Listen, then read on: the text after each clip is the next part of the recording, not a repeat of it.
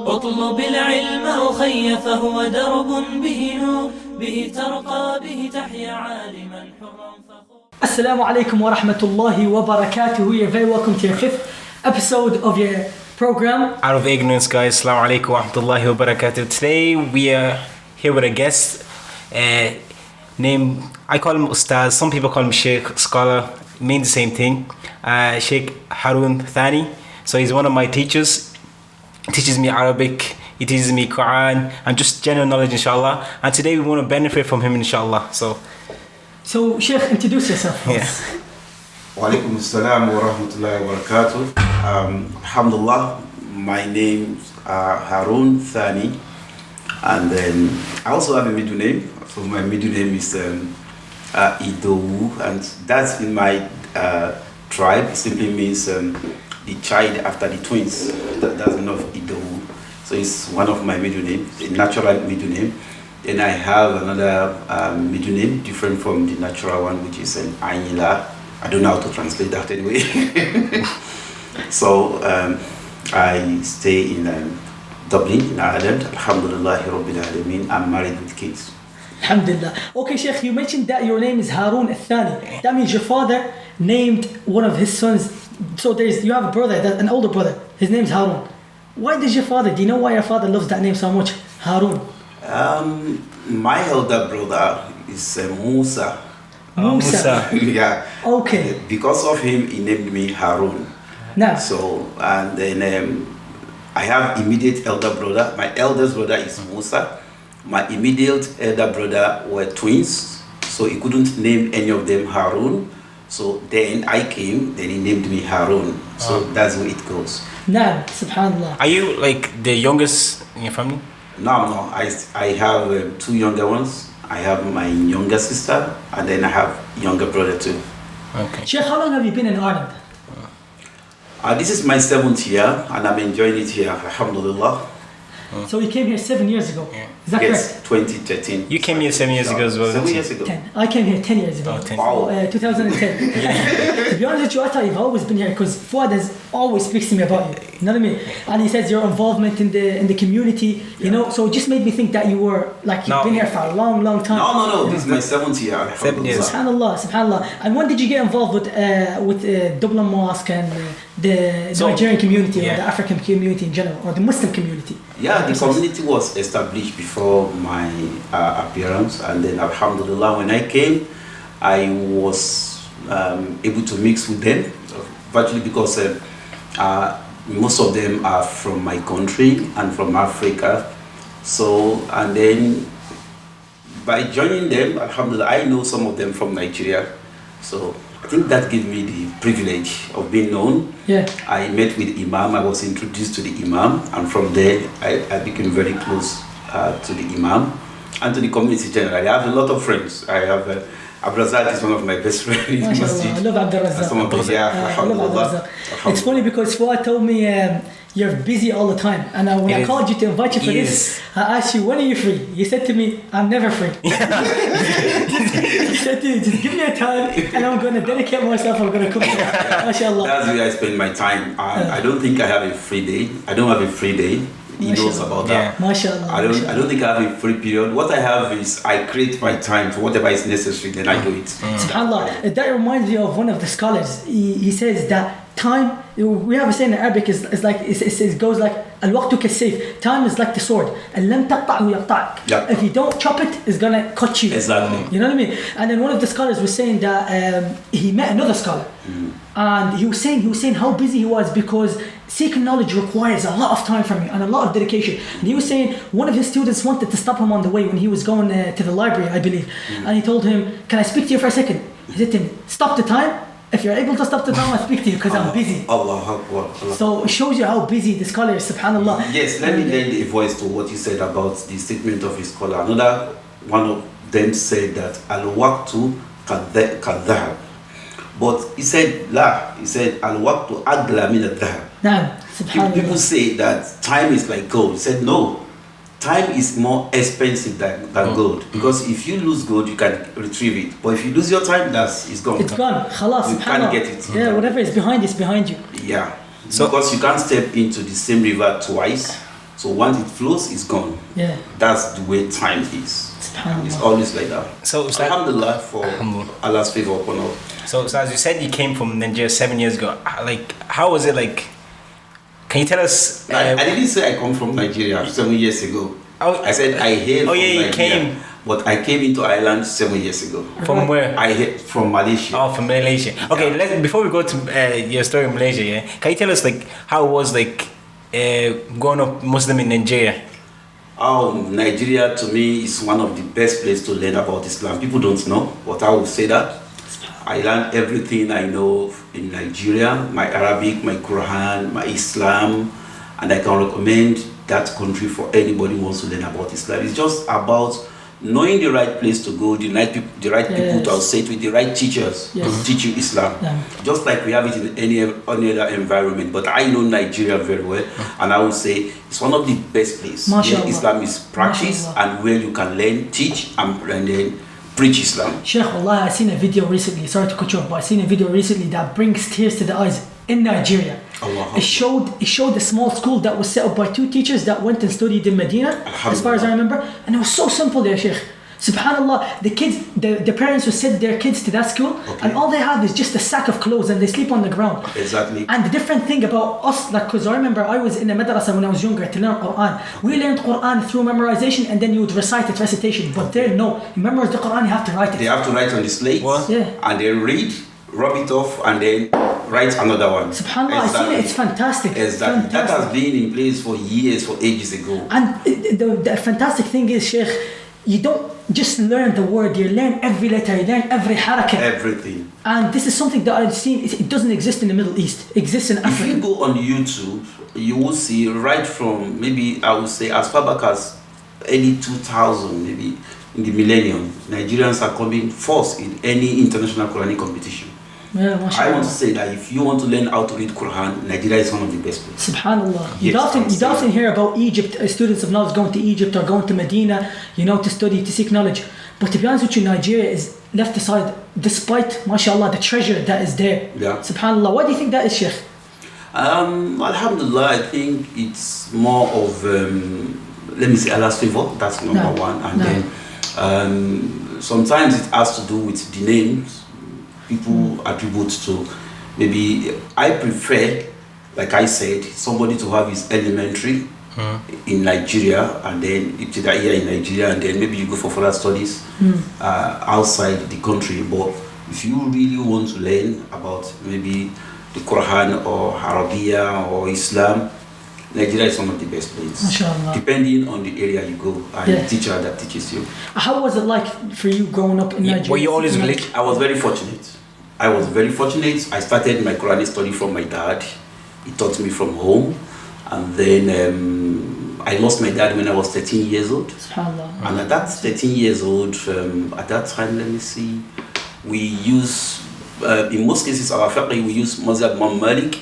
So I've read books like Akhdari, I've read Risala, Ashmawiya, those elementary Mazhab Maliki's books. And then by the time I finished my secondary school, I finished my tafsir. I remember when I was about writing my WAEC, I finished my tafsir. We used Imam Suyuti's tafsir at Jalalain. I finished it. MashaAllah. Before I wrote my WAEC. MashaAllah. So WAEC is like leaving cert. Yes. Yeah, leaving cert. Oh, sorry. MashaAllah. No, because you said elementary school, so I imagine this school settings anyway. Exactly. Yeah. So I was very fortunate. And so because I had that knowledge at my secondary school level, when I finished my secondary school, I had become known, people know me. I had this love for Quran, especially. I had a love for Quran, and then a year after, a friend of mine, we just discussing, and I said, I wish to memorize the whole Quran, because I had so many friends from the north who memorized Quran. He said he had another friend who traveled to Syria, and then if I could meet him, I met him, he gave me a cassette, he said, go and listen to this cassette. Then we used cassettes. So I took the cassette home, I put it on my player, and the first verse I had was Surah Al-Ankabut, the last verse. وَالَّذِينَ جَاهَدُوا فِينَا لَنَهْدِيَنَّهُمْ سُبُلَنَا وَإِنَّ اللَّهَ لَمَعَ الْمُحْسِنِينَ. This is why you use That is Isra. My God, MashaAllah, I memorized it. And I was like, what type of voice is this? Then I was looking for more. Then he started giving me. Then that's how I started.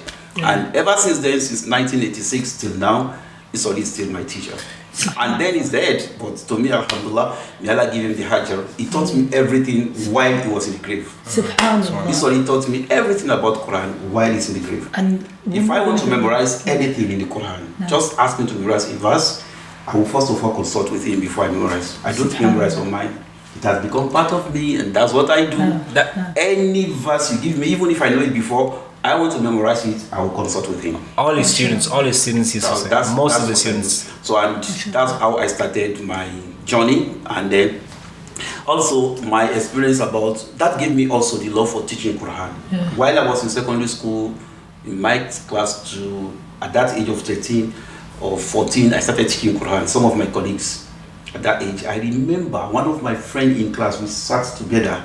He told his father that he has finished Quran. The father said, "You are a liar," because they took them to madrasa. He did not stay. So how did you learn? He said, "My friend taught me in school." He said, "Your friend in school." The father invited me to their house. He invited all the family. He had never heard of that before. How could you do that? When did you do this? I said, during break time, and it was true. We did it through the break time. We were in secondary school together. I taught him how to read Quran. Subhanallah. And so I would say my experience about reading Quran is very close to 40 years now. MashaAllah. Yeah. And Sheikh, see, when you first started memorizing the Quran, did you understand the Arabic language? Did you understand the language of the Quran? Like, what motivated you to want to seek knowledge? What motivated you to learn Quran? Like, what put the love for Quran in your heart? I would say yes, I would say I did to some extent, but that is not what pushed me. Because of people I move with, like I said, when it depends on the area you move in. There is a school in Nigeria, we call it Usman and Fodio University. A department is devoted for Arabic and Islamic study. In that department, they major in teaching the Quran, and then they started this international Quranic competition. So I used to go for that competition. From there, then I got what I got. So I had the interest in memorizing the Quran, learning the Quran from that competition. I would say that would be my springboard into learning the Quran more. But I think to some extent I know the meaning. But that was not what pushed me. It was that competition that pushed me, that told me you have to live above the people of your society. And let me say this, my own madrasa, we have north, we have south, we have east, we have west in Nigeria. We are in southwest. So my own madrasa in southwest was one of the first madrasa that started teaching people to memorize Quran.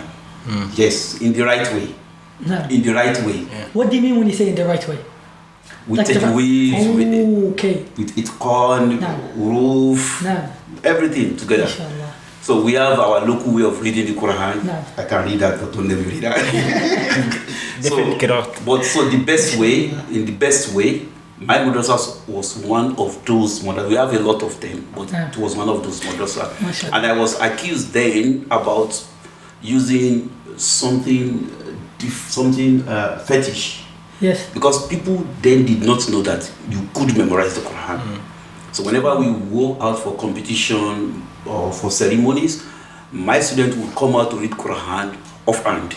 And the scholars around would go, what? How could they do that? That's something. But it's done, it's doable. So alhamdulillah. Ustaz, you said although your dad passed away when you were 13, do you think he had great influence on you? He did. Yes, even though my dad did. When I finished my primary school, I came back home. My eldest brother, whose name was Musa, was already a scholar. So he told me, I want you to follow me on the path of learning Arabic and Islamic study. I said, yes, that's what I want to do.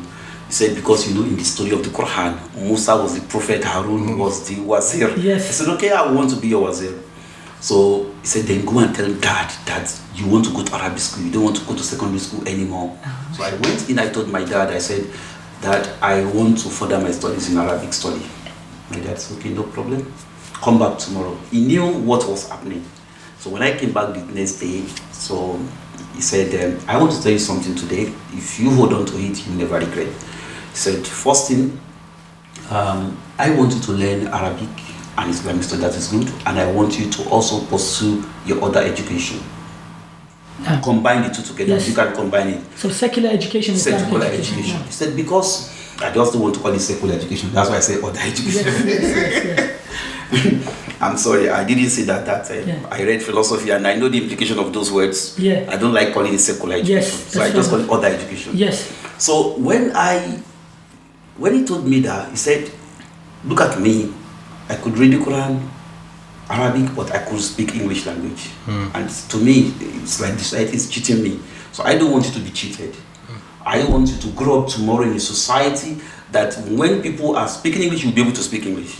At that time, if you want to pass across Islamic message, then you will use the platform of your English language to pass it across. Yeah. It's like you saw a dream. Yeah. Then I accepted. I said, okay, I will do that. He said, combine the two. When you finish your secondary school, your leaving starts, then you will then make your choice. But for now, do this for me. I said, okay, I will do that. While I was doing that, he died. SubhanAllah. So by the time I finished my secondary school, then I had seen the old thing, the old picture. I said, no, I want to go for my university education. What was your reaction when your dad died? It was Everybody, like every child, I had Islamic understanding. Yeah, I could say that. I was not so happy because we were very close. He advised me, he taught me many things about life. even though like you only had him for 13 years. Yes, we are very close. I was the closest to him among all the children. My daddy had almost 12 children, but I was the closest. Sheikh, when you say you had Islamic understanding with regards to death, Yeah. can you explain how can that make you more patient? How, like, I just came back from school. Yes. I was about eating my food and I was told, no, sorry, your mommy said I should tell you somebody just came, my neighbor. My mommy was not at home. So I saw the key on the carpet, I opened the door, I was about to say, oh, your mommy said I should tell you that, and he mentioned the name of my dad that he passed on. I said, Inna lillahi wa inna ilaihi raji'un. To Allah we belong and to Him is our We will return. return. So I stopped, then I continue eating. You see that? SubhanAllah. So that's to tell you, that's what I meant by saying I Yeah. have Islamic Islamic understanding. understanding. Because I know my daddy is gone. Yes. That wouldn't stop me from it. Let me just eat my food and do the necessary thing. Yes. A child of my age would have just jumped up, Yes. tears closed, start shouting, crying. Yes. I did not. I didn't do that. Because I know, like I told you, at that time I finished some of those elementary Maliki fiqh books. Yes. And I know the meaning. Yes. That if somebody dies and then the Prophet said, "Man daraba al-hududa wa shaqqa al-juyuba wa da'a bida wal jahiliya laysa minna." I know also anybody who is informed about the past on of his loved one and start crying, tearing his love, is no one of us. Yes. So I know what I'm supposed to do. So I did not. I didn't. Then I left after I finished eating. I finished my food. Then I left. Then I went to where my dad was. So I was the one, myself and my eldest brother Musa, two of us with a friend of mine. I don't know if you have access to this video. His name is Ibrahim, very close friend of mine. The three of us took the bath of my dad. We started around this time, I should say 9-10 p.m. Nigerian time, and we did it almost 1 a.m. in the night. And I slept in the room with him till the daybreak. Was that the first time you washed the body? Yes, that was my first time. I had theoretical experience from the books, Yes. but that was my first practical experience. But depending on my eldest brother, who is also, so the three of us did the bath. Sheikh, see the way. So I'm sorry, that means the first bath I took, the first janazah bath I took was my father. SubhanAllah. Yeah, I SubhanAllah. was very happy for that. Sheikh, see the way Prophet Muhammad says, three things you should hasten to do. One of them is when the guest comes, you bring them food. Yeah. The other one is when you get like when you get engaged, you should hasten to marriage. And when your cups, you have a cups with it. Sorry. Corpse. Go on. Oh yes, and then like when the dead dies, you should hasten to bring them in the grave to bury them. What's that like in Nigeria? Because my grandfather passed away in Ireland in 2018, and the very sad thing was they took him away from us for a full week, and they dissected him, and they need to do all of these autopsy. Yeah. They need these are things that they have to do legally, and you can't do anything about it. Wow. Although, like for me, if I was to die, I would wish that straight away I'd be put in the grave. Yeah. Otherwise, I will suffer. What's it like in Nigeria? Yeah, we have various types. It depends on you, depends on the society, depends on how that person dies, depends on what you also want for the corpse. But then it depends on you solely, the family. Yes. I think my father's corpse lasted for not more than 24 hours. Yeah. MashaAllah. Because of the distance. He died in Lagos. We had to take him to Kwara State, almost 5 hours journey. We have to gather everybody together. He died in the evening towards Maghrib. So we took him out in the morning, Fajr, and we buried him evening.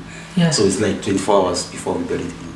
So May Allah have mercy on him. yeah, I mean, and so, but other people is not like that. So some other people not like that, particularly in the modern Nigerian. Yes. So if somebody dies in the hospital, they want to know what is the cause of death. You have to write letter to say exempt my corpse. I want to go and bury the corpse, and it goes on and on and on. Yeah. So it depends on the individual, the community, the area, and the circumstances surrounding death. And after your dad passed away, did you just continue school normally, or? Yes, I did continue. I didn't have a problem continuing school. Like I told you, if we are 12 or 10, I'm the number 8. So I had elder sister, brothers, and I have my mother. It didn't take me much time. And at that time I was imam. I didn't say that. I was imam. So I said something about the understanding. So that didn't stop me from continuing my school. I had a tough time too, but that's no problem. No. And by the time I finished my secondary school, I didn't have problem because I've started teaching and I'm getting money from that. Sheikh, Prophet Muhammad says, "Al-mar'u ala dini khalilihi, falyanzur ahadukum man yukhalil." That the person is upon the religion of his closest friends. And according to what you said, your society was a good society. You had people that pushed you and motivated you to seek knowledge here. And in Ireland, that doesn't exist.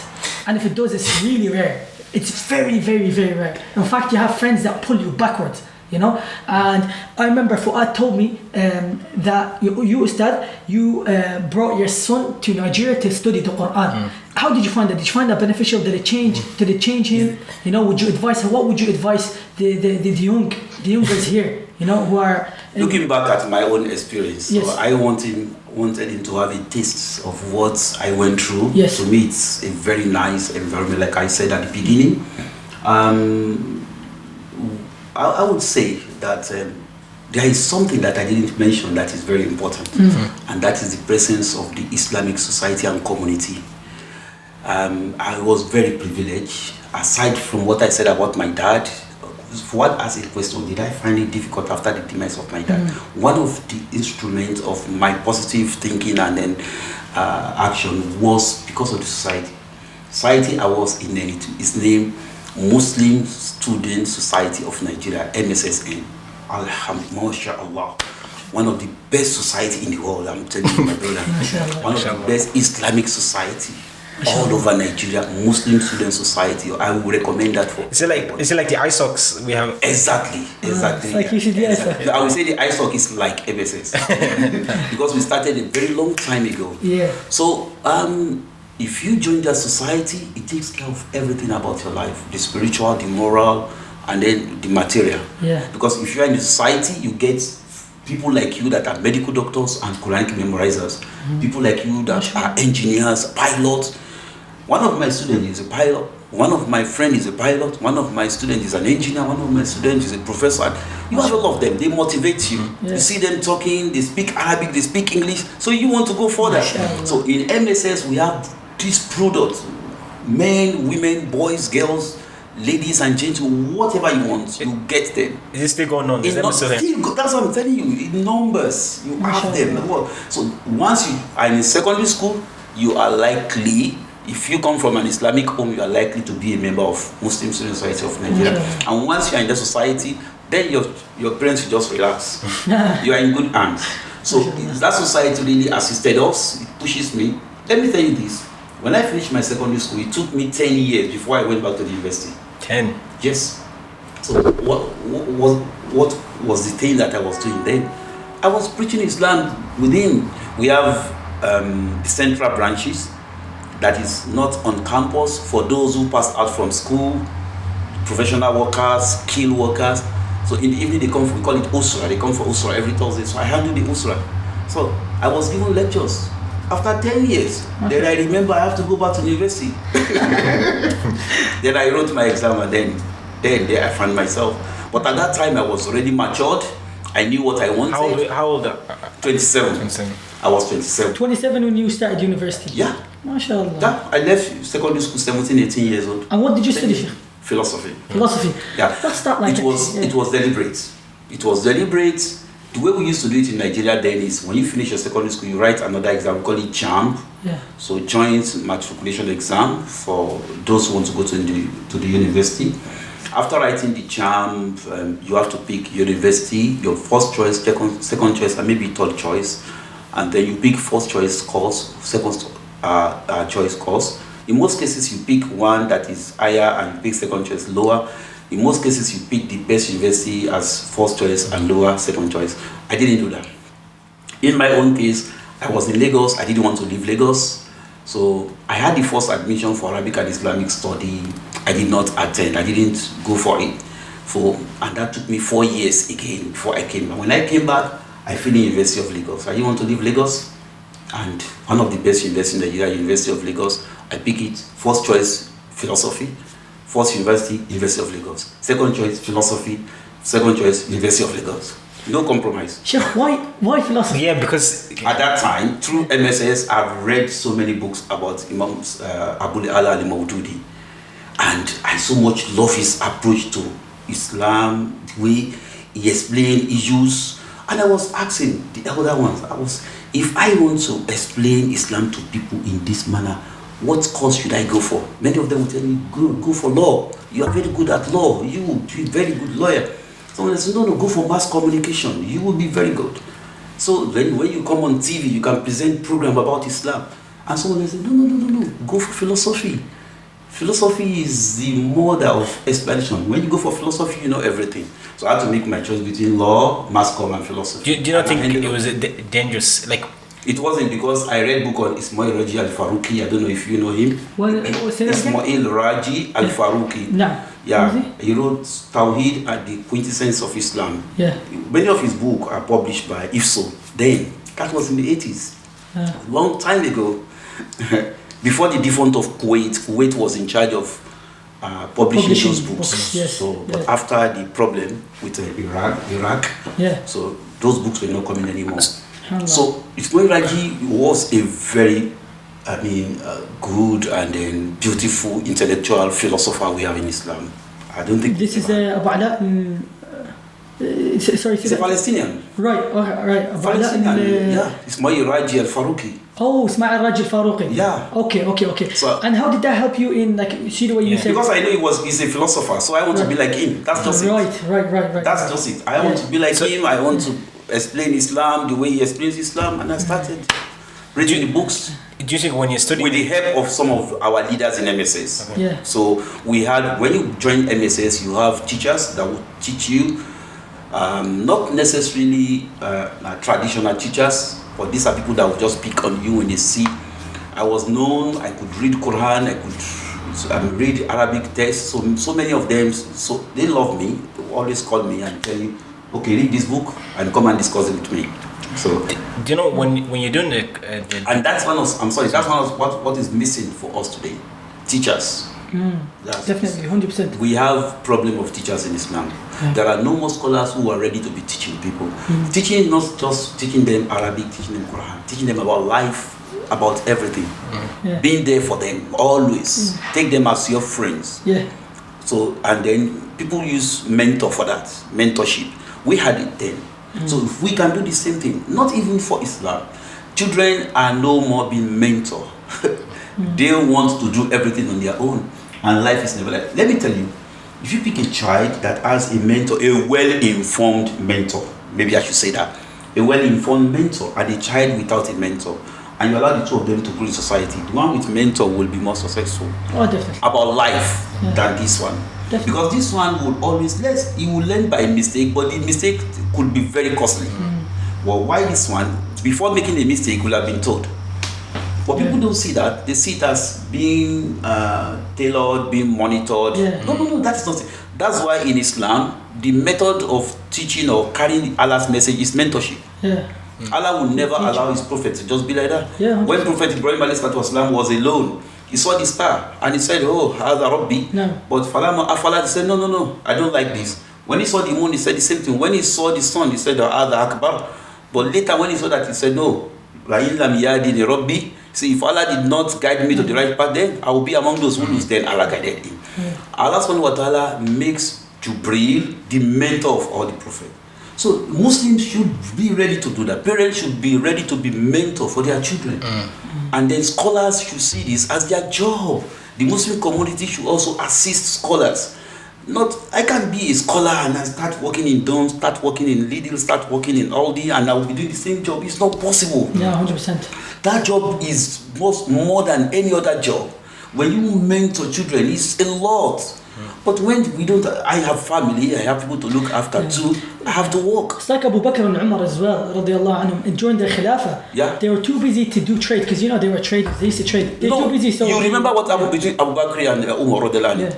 When Abu Bakr became the Khalifa, the next day he was going to shop. He was going for his business. Umar told him, "Where are you going to?" He said, "I'm going." He said, "No, what business? This is your business. This is your business. Forget about your business. The whole Ummah is on your shoulder. You are not going anywhere. We are going to be paying you. We are going to be paying you." They allocated money for him. They gave him like for his sustenance, like what he needed. And when he was about to die, he returned all the money. That's another thing. He collected the money. He said, "Okay, I will collect it." Okay, but he put people in charge of his business. But on his deathbed, he returned all the money because he said, he said, I'm independent of this. But that's a lesson for us. Today we are not doing that. So how could we have a community of Muslim families like 5, like 10, like 20, and nobody is in charge of anything? It's not possible. It's not. That's why you can't get the same result. So today when you say in Ireland you don't have, how would you can't get it. What you don't have, you can't give it out. So in our society then, it wasn't like that. Leaders, mentors just come. They are looking for students to mentor. But nowadays it's not like that. Everybody wants to do it themselves. Yes, and that's why I thought, okay, maybe my son should go through something very similar, if not too close, an experience, just to teach him about life. I don't know, words may not be able to explain what the experience I have about life. I cannot tell you everything, it depends. But when we get to any place that needs my experience, you'll be surprised that I have experience there. If I didn't tell you I read philosophy, you may not know. But when I start making use of my knowledge, you'll be surprised. How did you know this? Like, I am a trained philosopher. Sheikh, with regards to philosophy, some scholars I've heard personally, they warned about it because, for example, they mentioned like the likes of Ibn Sina or the likes of Al-Hallaj, if you've heard of them, and some major scholars in Islam, for example, like Sheikh Islam Ibn Taymiyyah, or for example, like Sheikh, his student Ibn Al-Qayyim, they made takfir on the likes of Ibn Sina and Al-Hallaj, because of the beliefs they had through philosophy, because they say that philosophy, most of the time, has no boundaries. They question everything. And for example, the like of Ibn Sina, he didn't believe in prophet. He didn't believe in revelation on Prophet Muhammad, and he believed that it was just from Prophet Muhammad's brain, and he was like a great leader, and he was extremely smart. And the likes of Al-Hallaj, he believed in something called pantheism, where you have Allah is everywhere. Allah is everywhere, and like the creator is part of the creation, and the creation is part of the creator. So who should you worship and stuff like that? How did you? What's your limit? How did you limit yourself in the scope of Islam? Like for example, like if Fuad is studying psychology, I'm studying science, and they teach us a lot of kufri things, a lot of kufri ideologies. Like evolution and stuff like that, and no God, and all that sort of stuff. How do you put a limit to yourself? How did they try to convert you to? I hope Abza Sotis is listening to this program, and he has something to say when you ask about what do you see about philosophy. Let me tell you, in school then we had a course called Islamic philosophy, and then we normally offer it in year 2. So the content of that is about Ibn Sina and then the rest of them. I fought it. I said, no, this is not Islamic philosophy. This is about individuals. Yes. Islamic philosophy is not about it. This is what Ismail Radi Al-Faruqi mentioned in his own book. No. Islam has its own philosophy. Yeah. So you see, picking on those individuals to condemn philosophy is wrong. Right. It's wrong. Yeah. Alhamdulillah, may Allah bless the memory of all our teachers, Imam Ibn Taymiyyah, Imam Ibn Qayyim. They did perfectly well. Yeah. But Islam itself it has an element of philosophy. Let me give you this example. Yeah. Namruz told Prophet Ibrahim, he said, this boy don't know anything. I am your Lord. I created you. I created everything. Ibrahim said, no, you are not. He said, okay, tell me about your Lord. He said, okay, we'll let you who you meet. You see, my own Lord gives life and he takes life. So, oh, Anna Uhi Wahumit. Is that it? I can do that. I give life and take life as well. I give life and I can take life. Yeah. And he brought 2 prisoners. He killed one and he said, by my power, release this. Release And they it. released it. Yeah. You know, the masses in every community, the masses are very ignorant. You need just to give them something different and they follow. Right. So, but to bring them back to the truth is very difficult. You have to use a similar method used in diverting them, otherwise they will not listen to you. So they hail Namrud, our king. Then Ibrahim thought, okay, I don't need to give Tawhid here. This one will not understand. People will not understand Tawhid here. I have to give similar example. Then Ibrahim said, okay. Now, for me to agree totally that you are my Lord, since you've killed this, he knew he didn't. That was not what Ibrahim was talking about. Yeah. He knew, everybody knew, Yeah. but they held him. Yeah. He said, okay, one more example. He said, bring it. He said, you see that my Lord that gives life and takes life? He is the one that brings the sun from the east. That's his job. Everybody knows the sun comes from the east. And the sun rises in the west. He said, Fati biha min al-mashriq, min al-maghrib. So for me to believe you are the one doing it, instead of you asking the sun to come from the east, let it come from the west. Then Right, that will from the show west, yeah. that you are the one in charge. Yeah. Fabuhita alladhi kafar. Yeah. He couldn't do it. Yeah. He couldn't do it. So Ibrahim, what did Ibrahim do there? That's what philosophy is all about. Philosophy is about reasoning. Reasoning, It's about yeah. logical presentation of facts. Right. Yeah. Okay. You understand? Yes, Philosophy yes. is not about the truth. That is where the problem is. Yeah. When you are talking about Ibn Sina, Ibn Aviswan, you are saying philosophy is not talking about the truth. Yeah. Philosophy is talking about facts. And that is what they use in the court of law. In court of law, they don't talk about the truth. They talk about fact. If somebody dies in this house, astaghfirullah, and then you come into the house and the police were alerted, you are first suspect. You're You are a the- suspect. Yeah. You are the first. You are the first. The first. suspect. Oh yeah. Well, of course. Yeah. So even if you say, I'm not the one, you say, yes, but we made this dead body here. You have to prove it to them that you're not the one. And you don't need the truth at that time. You need the fact. I don't know if you know the difference between the two. I don't, to be honest. I was just about to ask you. Like, I know fact is like the The fact fact is is like for you to prove that you were not You didn't the man kill that them. You didn't killed kill the them. person. right. Okay. And you have to show some alibi, like maybe, okay, I came in 2 minutes ago, and when they performed autopsy, they saw that the person died 1 hour ago. Right. So where were you for the past 1 hour? I was here and here. These are the proof. Look at the CCTV camera. Right. The truth is that you didn't kill them, but they don't believe the truth. That's the They truth. want- You see, no, they don't. Right, right, They right. depend on facts. Okay. That's what philosophy is all about. Yes, yes. So philosophy is not talking about the Quran. It's talking about if somebody is arguing with you philosophically, you don't bring Quranic verses and verses. If you will do that, you don't bring it as a verse. You bring it as reality. As a reality. And that's what Imam Abu Hanifa normally does. Yes. Okay. You heard about his story when he was young, before he was known. Yeah. Somebody came from Rome when Islam defeated the Romans, and they sent one of their scholars down to defeat the Muslims intellectually. So this guy came with all his pomposity and arrogance and said, oh, you people, you are barbarians, you just won, but you don't have intellectual progress. Okay, what is it? He said, I have questions for you. Bring all your scholars. He brought all the scholars. They were there. Imam Abu Hanifa went with his father at that Abu time. Hanifa, na'am, He yeah. was not known. Yes. Yes.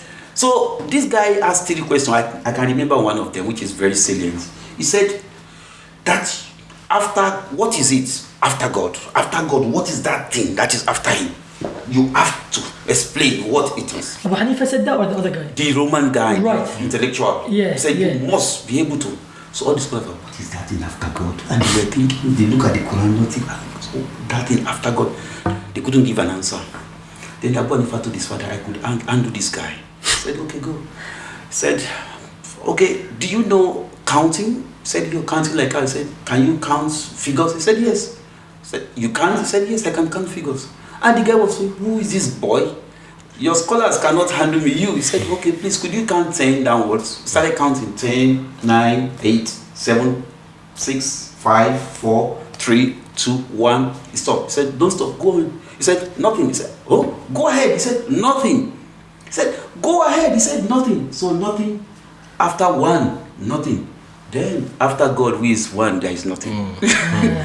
You undo people like that with reasoning. You look at what they are. Sometimes we go into argument with people, Islam is the best, Islam is not the best, Islam is the best. That's not the way You have to bring your facts. Yeah, yeah. You have You have to bring not it. about fact. You have to first of all look at that person. Why is this person saying Islam is not the best? If you don't know the angle the person is bringing his argument from, you will never win. You will just be shouting at each other. It's true. You have to first, even at home, between husband and wife, you can bring in philosophy. When you argue with your wife, sometimes you are saying the same thing, but in a different way. If you don't take the time to address that issue of where is your argument coming from, or where are you coming from, you won't get to the bottom. You keep on arguing. But if you stay and say, okay, what exactly are you pointing at? Say, what I'm saying is that I think this room must be neat. Oh, neatness about, oh, that's what I meant too. And you agree. So the next thing what I'm saying is that philosophy is not bad. Philosophy is an instrument. I'm talking now, everybody could hear me. What did you use? We use all these gadgets. Philosophy is an instrument of communication. Anybody that has it could use it anywhere. Yeah, If Sheikh a Muslim who understands Islam- Islam has it, he can use it to explain Islam. Even That's Sheikh what it Islam is. Taymiyyah, he studied philosophy and he used it against the philosophers at the time. Yeah. And Sure. if you see anybody, I'm talking of even the history of the Western philosophy, many of them, 70%, 80% of them believe in God in one way, one form or the other. Socrates did not deny God. He didn't. Plato did not deny He God. didn't. Aristotle didn't deny God. Even the contemporary one, the guy says that, you know, How many of them said no? So I know that. that is what is happening. People don't know this. Yeah. So when 2%, 3% of a group of people say something, then they take it as for the rest of the 97%. No, that is not That's right. the thing. See, the thing is, Sheikh, it's the ones that say God doesn't exist, they're the ones that have the platform on the media. Yeah. The reason why they had the platform was because the media itself was out to destroy the truth. That's So true. they will always cling on to whatever wants to destroy the truth. Yes, it's That's true. what is happening. They won't go to those who are saying the truth. They won't go to those who are saying facts. Yes. But as far as I'm concerned, philosophy is not necessarily a bad cause, Yes. depending on who is teaching philosophy. And that's why it's more regular for, you see, I'm referring to him every now and then. He said, when he's talking about, he was the one that first of all publicized, he may not be the inventor, publicized Islamization of knowledge. He said it, that we are making a very silly mistake. If you enroll the service of somebody who does not understand Tawhid to teach your children, any cost at all, you are destroying that child. 100%. Particularly when it comes to heart. And we careless. We careless who teach our children, even as far as languages. Who teach I can use any course to teach Tawhid. Do you understand that? Yeah. I can use any course. I can teach Irish language and I will be preaching Islam. Subhanallah. Alhamdulillah. So my brother is a tool, and in the wrong hand they misuse it. Yeah. In the right hand they use it the right way. Okay. So it's not a bad thing to Right. me. It's just an instrument of argument, Yes. of logic, Yes. logical presentation of fact. Yeah. If you have it, then you will be able to stand anything. Interesting. And wallahi, my brother, I have sekina. Alhamdulillah. Because of that cause, I have sekina, because it brightens my way. It makes me to see what I wouldn't have seen before, what I would have taken for granted. That okay, it's not just like that. It's not just like that. Allah subhanahu wa ta'ala leaves his fingerprint in everything he created. لِكُلِّ شَيْءٍ تَدُلُّ عَلَى أَنَّهُ وَاحِدٌ. Something like that. I'm forgetting the poem. No. Everything points that he's one. Allah is one. Yeah. Everything, I'm telling you the truth. You just only need, Allah says, وَكَمْ مِنْ آيَاتٍ فِي السَّمَاوَاتِ وَالْأَرْضِ يَمُرُّونَ عَلَيْهَا وَهُمْ عَنْهَا مُعْرِضُونَ. No, They see it, but they pretend that it's not a there. lot of signs that. And the reason why they pretend as if they don't see those signs, they don't want to be committed. No. They don't want to be responsible. No. That is the peak of the issue. Wallahi, even those who are saying, Allah says, وَجَهَدُوا بِهَا وَاسْتَيْقَنَتْهَا أَنفُسُهُمْ ظُلُمًا وَعُلُوًا. They know deep down that it's not possible to say there is no God. But because once they agree to that, that means they submit to La ilaha illallah. Abu Jahl said that. Yeah. When he was asked, he said, you want me to affirm everything to this family? That when it comes to leadership in Quraysh, they are the one. Now Nubuwat, they are the one. No, I will never agree to that. Yeah. But I know what he's saying is the truth. It's like that. Yeah. So even Fir'aun knew No, that is the truth. exactly. So philosophy is not necessarily a bad cause. I don't. If anybody says anything about Ibn Sina, that's an individual. Yes, 100%. But it doesn't represent the Islamic philosophy. Yeah. That's where I'm going. Yes. The Prophet ﷺ himself, Sure. he employed the service of that method to teach Islam in Yes. so many ways. Yeah. In so many ways. Sometimes when he wants to pass across his message, you see the way he passes across it. Sometimes he say, "Ma balu qawm." And it's referring to one person. He will say, "What happened to my people, to these people, that they do so and so." Is using a philosophical method of presenting facts to people that you'll be talking to me, and necessarily you are not abusing me. You are telling me the fact. Yeah. There are so many things you learn in philosophy, Yeah. and you'll be very happy. Yeah. In fact, I give kudos to my teachers that taught me philosophy. MashaAllah. MashaAllah. May Allah reward them, reward you, inshallah. You're saying that you brought your son to Nigeria and to learn like how you learn to grow up in Nigeria. Do you think there's a difference between the youth back then in your area and now, especially now in Ireland? Then during our days, there was no global village. We are in the global village now. So the global village has made Nigerian youth to know what is happening in America directly. They have the information. During our own days, you have to write letter. And then, so you have less information, less evil. Yeah. So, but now that information is on your palm, so you can see everything, every day, every minute, every second. So it's very difficult. So if we need 10 minutes for the tutorship of youth, then we need 1 hour now. Because the evil is just knocking at the door. Not even knocking at the door, it's on the palm of every child. So there is different, to answer your question. Great different from what was happening then and what is happening. You teach a few students, yeah?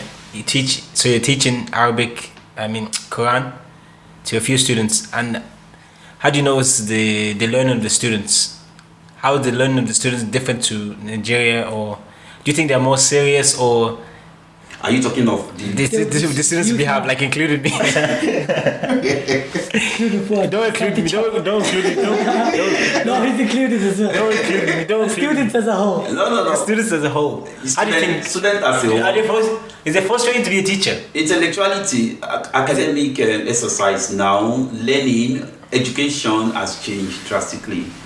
It makes, because things are more easier, it makes people to be lazier. Yeah. You must get more comfortable. When I was about learning just Quran, I learned Quran from a teacher, I learned Tajweed from another teacher, I learned Salt from another teacher, 3 teachers. What's Salt? Voice. Oh, okay. Voice. Just that. Salt, Can you imagine that? Yeah. I went to a teacher to go and learn how to make beautiful tones. Oh, Sheikh, when you say salt, do you mean like maqamat, like the different, like... It's not about that, it's just natural one. I'm not talking of different type of result. To make his voice sound nice. Just to make my sound. I like your voice and I came to you. Please teach me Quran through your voice. Okay. I want to emulate your voice. Yes, okay. Just that. Yes. I went on that teacher to learn that. Yeah. And you have to walk. You have to trek. Yeah. But now you just sit down in your house. You may even call the teacher, please send it to me on phone. So the lazier we become, then the lazier we are too in our intellectual pursuits and attainments. So that is there. That's a general problem. The second issue is that people nowadays are running after money. In our own days, yes, money, but that is not the most important thing. It is what you are that matters. During our time, it is what you are. What can you offer that matters? So when you stand and then you were able to do this, do that, you take courage, you take pride in people coming to you and saying, please, could you teach me? Can you teach me? So we were like stars among our colleagues then. So that makes us happy, even if we didn't have money. People were looking onto us that he's the one. When I went for Quranic competition in my secondary school days, I would always come first. So whenever I arrive, this guy has come again. And people start predicting, and that makes you happy. That's, for you, happiness. It's not about the prize. It's about you coming first and winning. So I would say students then and students now, no, there is a very big difference. These are opportunities abound. They have it. These students around. They have. The present student. They have opportunities abound, But those opportunities are just mere information. They are not knowledge. And there's a difference between the two. But in those days, it's knowledge. It's not information. They have knowledge. SubhanAllah. So that's what they have. I can pick D1 Imam Shafi'i and have it on my phone. But maybe I didn't memorize it. But in those days, we used to memorize it. Yeah. Yes, It we was memorize difficult everything. to get your hand on the books. Yeah. Yes. Yeah. That's why you have to Those memorize days, it. you memorize it because you can't get it anymore. So there's no between knowledge and information. To me, we have and because you know you can get it, so you won't even retain it. So we don't retain. When you have knowledge, you retain. But when you have information, you don't retain it. You just I can get it on my phone. Who is the first king in it? Then you just put it on Google. You get it and you use it for that period and you forget it. Yeah. That's what is happening now. Yeah. So the intellectuality is coming low and low and low. Ignorance is order of the day. But in those days, people were running after that. And that's the difference. It is more difficult to teach a child now than then, regardless the gadgets we have around us. Distractions. Because there are distractions, many distractions.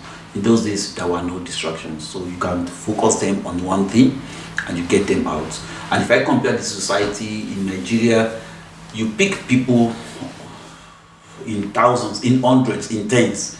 But here it's difficult to get one. Here you tell them, I want to teach you, I'm ready. You'll say, we are not ready for you. But there, they will be running after you. They will be running up to now. The students will be running. Yes, they will be running after you, after the teachers. SubhanAllah. But here the teachers. Here you're trying to you get their parents to. Here you are going after this and they are running away from you. I think those are the because they don't know differences. the value of knowledge, Sheikh. They don't know the value of knowledge. Because they don't see the value. They don't need knowledge to get money. Yeah. Once I finish my school start, I can start working and they get my money, get car, get house, and so why do I need knowledge? They thought that is about life. They don't know it's beyond that. And like I was telling you, even the wisdom you derive from knowledge is sekina. 100%. Because there is wisdom in knowledge. Tranquility, yeah. Tranquility. You get that and it will stay for life.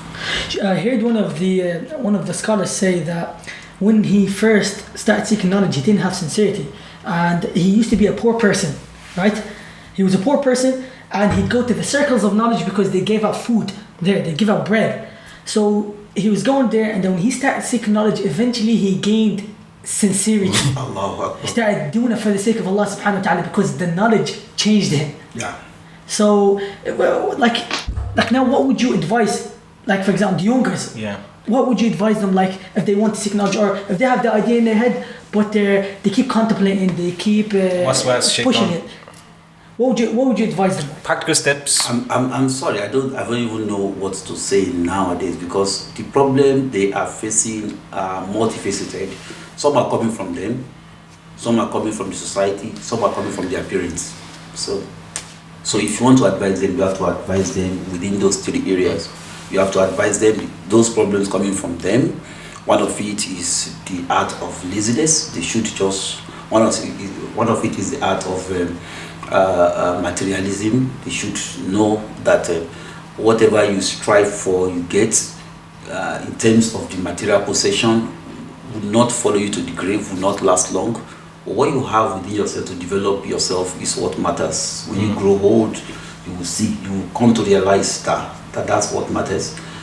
The society, there are so many evil around, and that's the work of the Muslim community too.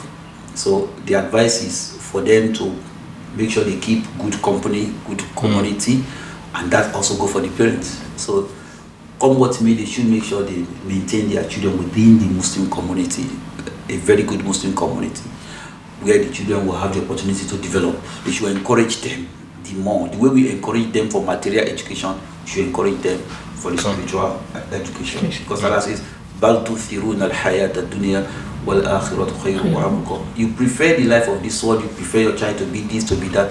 But if you focus them on hereafter, it's better because that will last longer and then forever.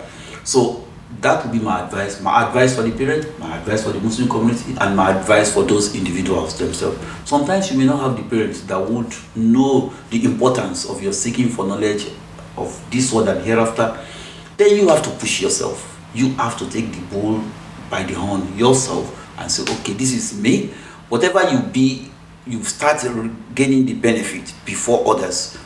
if it is good, you get the benefit before others. If it is evil, you get the repercussion before others. So you have to take the bull by the horn yourself, because it is about your life. It's not about the life of anybody. Yes. And if an individual understand it that way, then alhamdulillah, then I think the last one is to also beg for Allah's mercy, because Prophet Yusuf said, وَمَا أُبَرِّهُ نَفْسِ إِنَّ النَّفْسَ لَأَمَّارَةٌ بِسُوءٍ إِلَّا مَا رَحِمَ رَبِّي إِنَّ رَبِّي لَغَفُورٌ رَحِيمٌ. It's Allah that guides. You have to beg Allah for guidance. And nobody has ever done that. And Allah will turn such person down. No. وَوَجَدَكَ ضَالًا فَهَدَى. Allah will guide. Once you pray for guidance, Allah will guide you. Inshallah. Inshallah. Jazakallah khair, ya Sheikh. وَإِيَّاكُمْ. Barakallahu feek. And it has been a pleasure having you here. I think we'll take a break now for Salah al-Maghrib. Salah. And if we have more, we'll continue after the break. Inshallah. Yeah, thank you for joining us on our break. We just played Salat al-Maghrib. Look at the mic. So we want to say Jazakallah khair to our Ustaz for coming on this episode, the 5th episode of Out of Ignorance. We want to say Jazakallah khair for attending, and hopefully you guys benefit from it.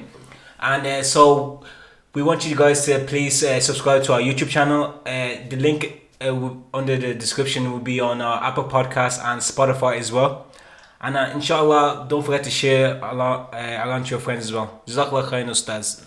Barakallahu feek, Ustaz, for coming. It was an honor having you. Jazakallah khair.